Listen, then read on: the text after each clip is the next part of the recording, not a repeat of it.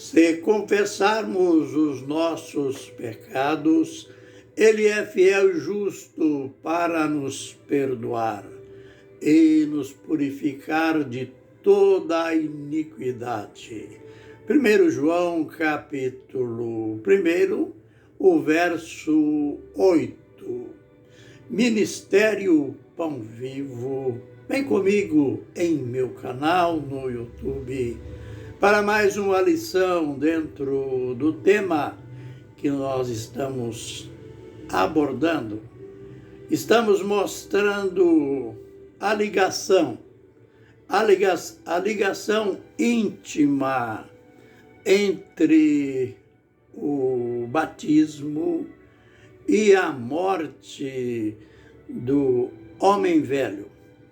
E hoje a gente mostra fatos ligados ao batismo e que mostram o elemento água sempre presente.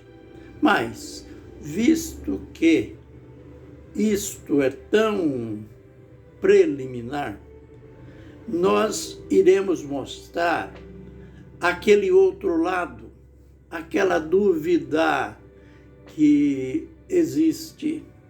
Será que, pelo fato de a água ser um elemento para lavar ou para lavagem, além de ser um elemento de múltiplas utilidades, mas no nosso tema propriamente dito, iremos responder por quê?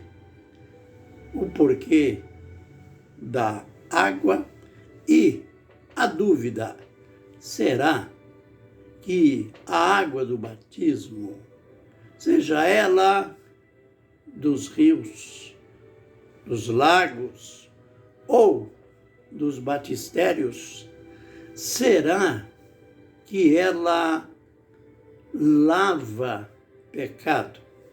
Bem, a gente já começa dizendo que nas Escrituras o único elemento para tirar os nossos pecados, para lavar-nos, é o sangue de Jesus. A palavra do Senhor mostra isto em vários textos. Primeiro, que o sangue de Jesus, ele não só nos perdoa, mas ele nos purifica de todo o pecado. Mas por que a água, ela lava os nossos pecados ou não? Temos que lembrar que no dia do Pentecoste, quando Pedro respondeu à pergunta daquele povo, que perguntou: o que faremos, irmãos? A resposta foi: arrependei-vos e cada um de vós seja batizado em nome de Jesus. Para quê?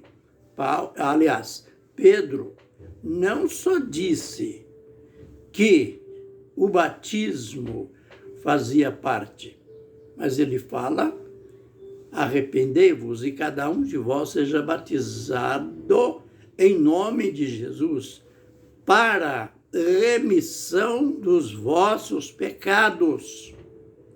Numa outra tradução, para perdão dos vossos pecados.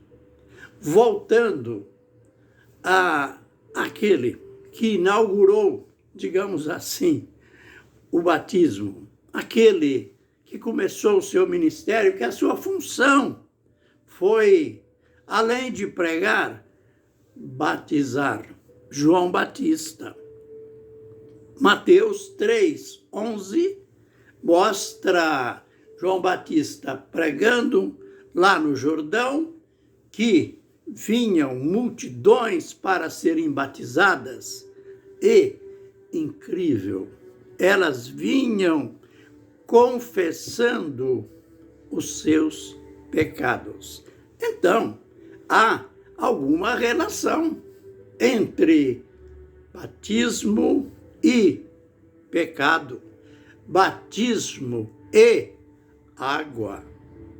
Jesus, quando foi visitado por Nicodemos, que, apesar de muito religioso, Nicodemos estava enfrentando um conflito incrível, mas ele entrou pelo caminho certo.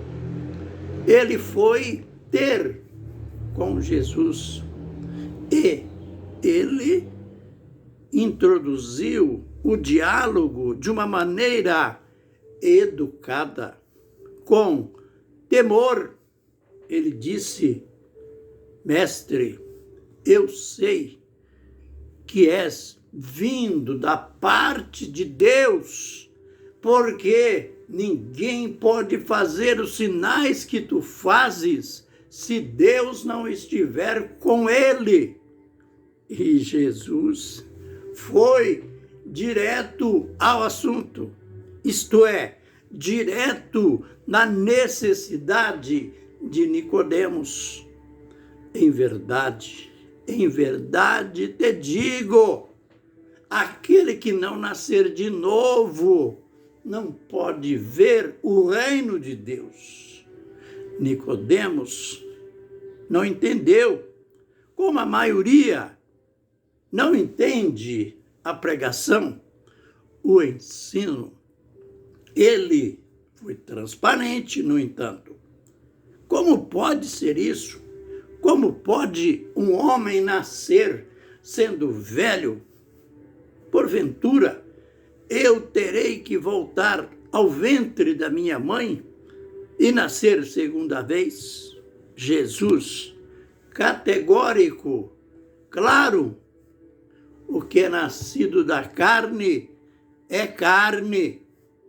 O que é nascido do Espírito é Espírito. Necessário vos é nascer de novo. Aquele que não nascer da água e do Espírito. Esse é o ponto que nos interessa aqui. Aquele que não nascer da água e do Espírito não pode entrar no reino de Deus.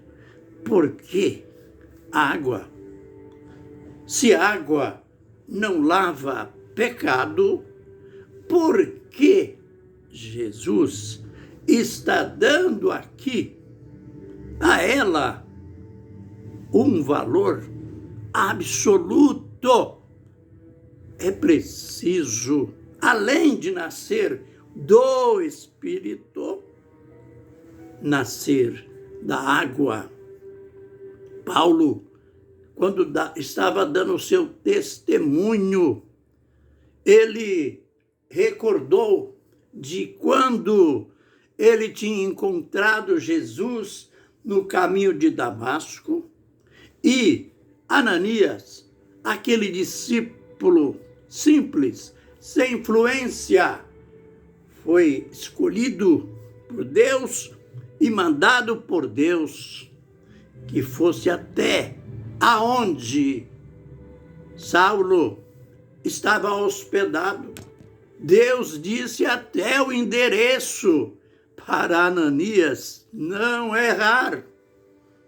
Ele foi para batizar Paulo. Meu Deus, um homem que já tinha encontrado Jesus, um homem que ouviu a voz de Jesus lá na estrada, conversou com ele, fez perguntas para ele, tinha que ser batizado também. Lembre que quando Paulo deu seu testemunho perante as autoridades, ele cita que veio aquela palavra para ele: porque tu demoras, levanta-te, batiza-te, lavando os teus pecados, em nome de Jesus. Aleluia! Então, não há como fugir. Aqui aparece o elemento água como um componente do batismo, um componente que fala de purificação, fala de lavagem. Depois, a gente chega lá em 1 Pedro 3, 18 a 20, quando o apóstolo corajosamente registra o período, aquele período negro, escuro, de trevas, dos 3 dias que Jesus, o seu corpo, passou na sepultura, mas o seu espírito foi ao Hades, onde estavam os espíritos em prisão, pregou para eles. Pedro dá as informações.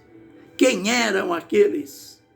Aí então ele cita o episódio do dilúvio e ele fala, menciona as águas do dilúvio, mostra que apenas 8 foram salvas. Salvas como?